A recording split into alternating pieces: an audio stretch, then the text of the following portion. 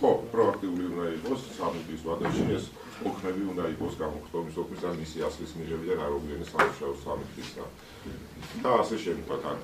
შეიძლება მე თქვენგან გამართოთ ამაზე ცალკე დისკუსიები და ასე შემდეგ როცა უკვე პარლამენტი პროაქტიული საქართველოს თავობა მიიღო პროაქტიული გამოხდომა. დღეს ჩვენ გვაქვს პრეზენტაცია კანონპროექტისა, რომელიც მომზადებულია რეგიონული განვითარებისა და ინფრასტრუქტურის სამინისტროს მიერ და ითვალისწინებს თვითმმართველობის კოდექსში ცვლილებებს და ამ ცვლილების ერთ-ერთი ძირითადი საკითხია მოქალაქეთა მონაწილეობის დამატებითი ფორმების შესახებ თავში ცვლილებების შეტანა და ეს კანონპროექტი ეს ცვლილებები ითვალისწინებს მრავალი ახალი დამატებითი ფორმას, რომლის მეშვეობითაც უკვე მოქალაქეებს შეეძლებათ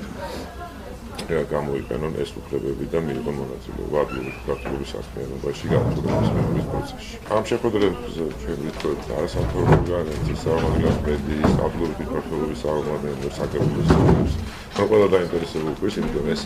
ცვლილებები არ ეხება მხოლოდ საჯარო მოხელეებს, ეს ჩვენ ფაქტ საზოგადოებას ეხება და ამ ნორმების გამოყენება ყველა ჩვენთან შეეძლება.